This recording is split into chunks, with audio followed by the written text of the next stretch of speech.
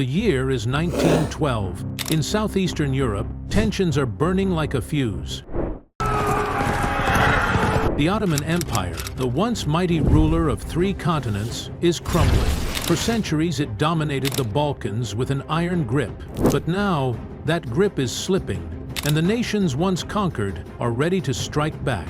The region is a mosaic of languages, faiths, and long-held rivalries. Serbs, Greeks, Bulgarians, Albanians, all live under Ottoman rule, but none want to stay there. Europe calls it the Powder Keg, and rightly so.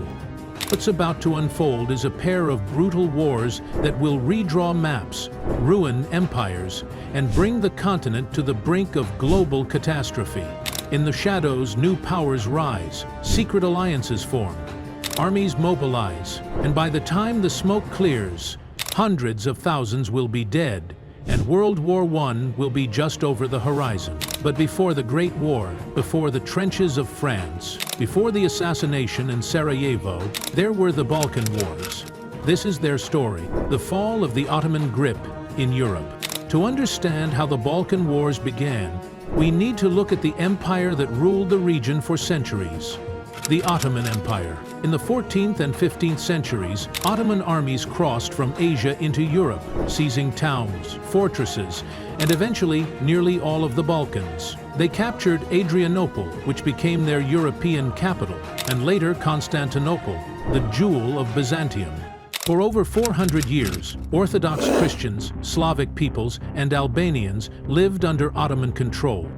They were ruled by sultans in Istanbul, taxed heavily, and governed by laws foreign to their cultures and faiths. While the empire once stretched with pride from the Danube to the deserts of Arabia, by the 1800s, it was rotting from the inside.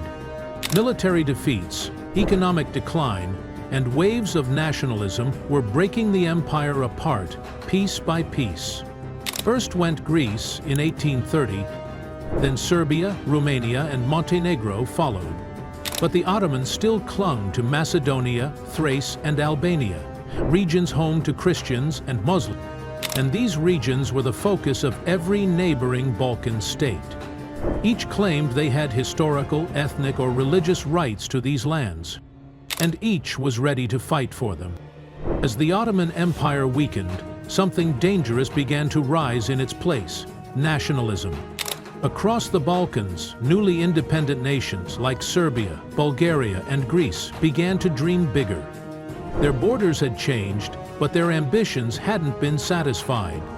In Macedonia, a land still under Ottoman control, lived a volatile mix of Bulgarians, Serbs, Greeks, Vlachs, and Albanians. Each group claimed it as their own, and each was willing to fight for it. In Bulgaria, a powerful underground group known as the IMRO, the Internal Macedonian Revolutionary Organization, began training armed bands to attack Ottoman positions. In Serbia, a patriotic organization called Narodna Odbrana, supported by the shadowy Black Hand, armed men and sent them across the border to stir rebellion. Greece, too, backed secret militias in Macedonia to defend its own claims.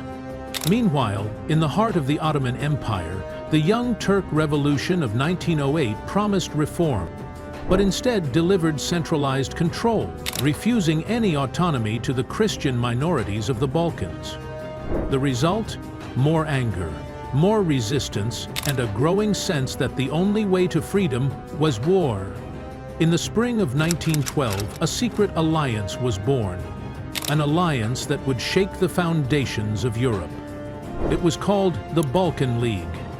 At its heart were 4 nations: Serbia, Bulgaria, Greece, and Montenegro. Each had its own ambitions, its own dreams of expansion, but they shared one common goal: to drive the Ottoman Empire out of Europe once and for all. Serbia and Bulgaria signed the first treaty in March 1912, dividing Macedonia between them. On paper, Northern Macedonia would go to Serbia, Southern Macedonia to Bulgaria. In reality, both sides still hoped to seize more than they were promised. In May, Greece joined the pact, and Montenegro followed soon after. But there was tension beneath the surface. Bulgaria, believing it had the largest and most powerful army, refused to finalize borders with Greece.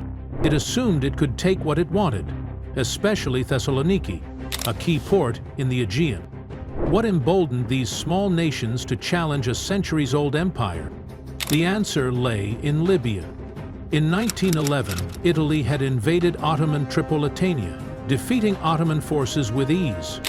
The world saw that the empire was vulnerable.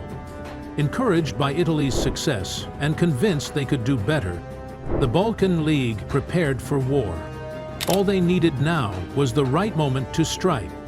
The First Balkan War begins. On October 8, 1912, the first shot was fired. Montenegro declared war on the Ottoman Empire, opening the floodgates. Just days later, on October 17th, Bulgaria, Serbia, and Greece joined in. The First Balkan War had begun. On paper, the Ottomans had the numbers: over 300,000 soldiers, thousands of officers, hundreds of artillery pieces, but what they lacked was unity, preparation, and morale. Their armies were stretched across Europe and Asia, poorly supplied and outmatched by the coordination of the Balkan League. The Bulgarians struck hard in Thrace, quickly defeating Ottoman forces at Kirkilisi and Lule-Bergis, pushing toward Adrianople, one of the empire's most important strongholds. Serbia, meanwhile, marched into Macedonia, winning a decisive victory at Kumanovo, then advancing toward Kosovo and the Adriatic coast. The Greeks, under Crown Prince Constantine, moved swiftly through Thessaly, defeating the Ottomans at Giannitsa and seizing the critical port city of Thessaloniki, just hours before Bulgarian troops could arrive. Even the small army of Montenegro made gains, laying siege to Shkodër in northern Albania. The Balkan armies, once underestimated, were now on the move, fast and relentless. In just weeks, the Ottoman Empire was collapsing in Europe. Cities that had been under their rule for centuries were falling like dominoes. By early December, the Turks were desperate. They agreed to a temporary armistice. But peace would not come so easily.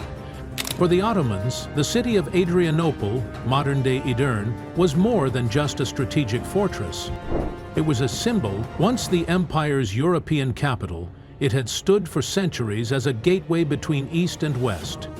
And now, it was under siege. Bulgarian forces, supported by a small Serbian contingent, surrounded the city in late October 1912. Inside were over 60,000 Ottoman defenders, determined to hold one of their last remaining strongholds in Europe. But the Bulgarians were relentless. They bombarded the city with heavy artillery, starving its defenders into exhaustion.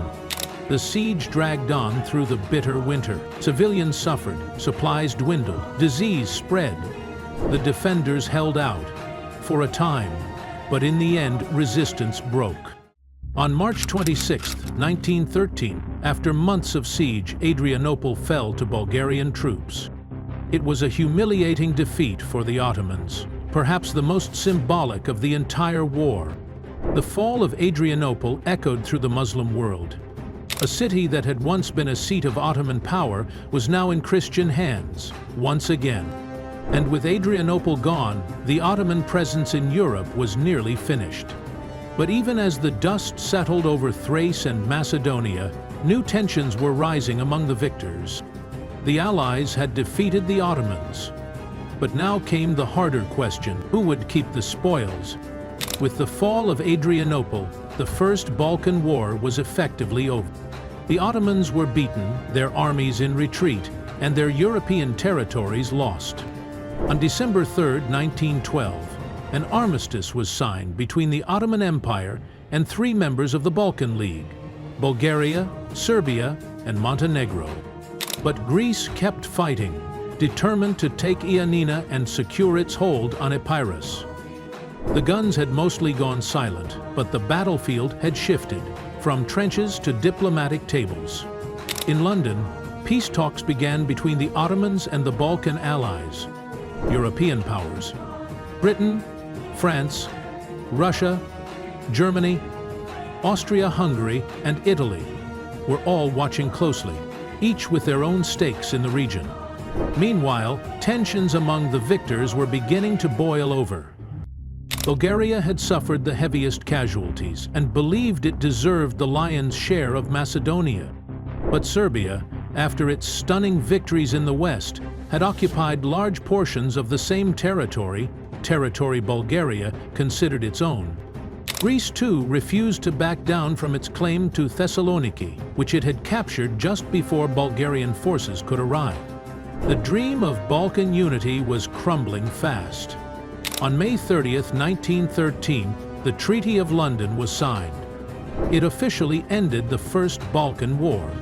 The Ottoman Empire surrendered nearly all of its European lands, except for a small strip of eastern Thrace, near Constantinople.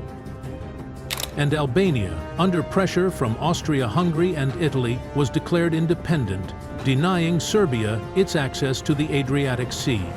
For a brief moment, peace returned to the Balkans, but underneath, betrayal, resentment, and ambition were festering.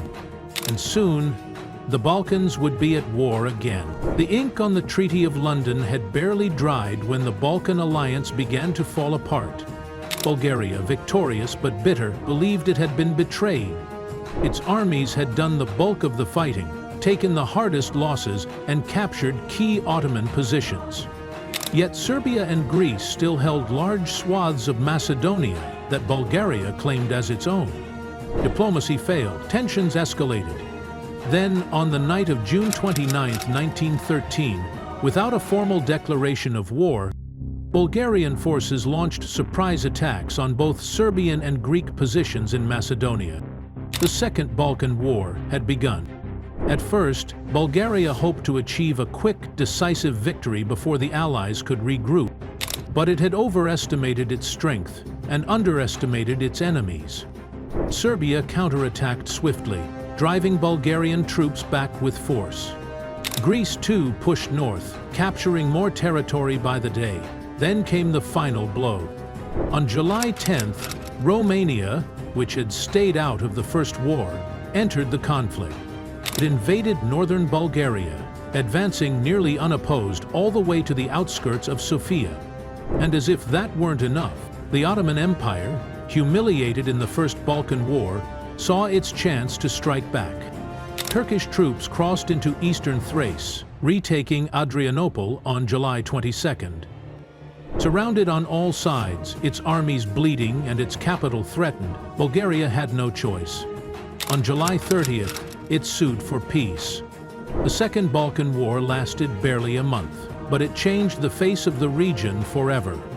On August 10, 1913, the Treaty of Bucharest was signed. For Bulgaria, it was a bitter defeat. The lands it had hoped to dominate in Macedonia were mostly lost. Serbia and Greece divided the region between themselves, expanding their borders and solidifying their claims.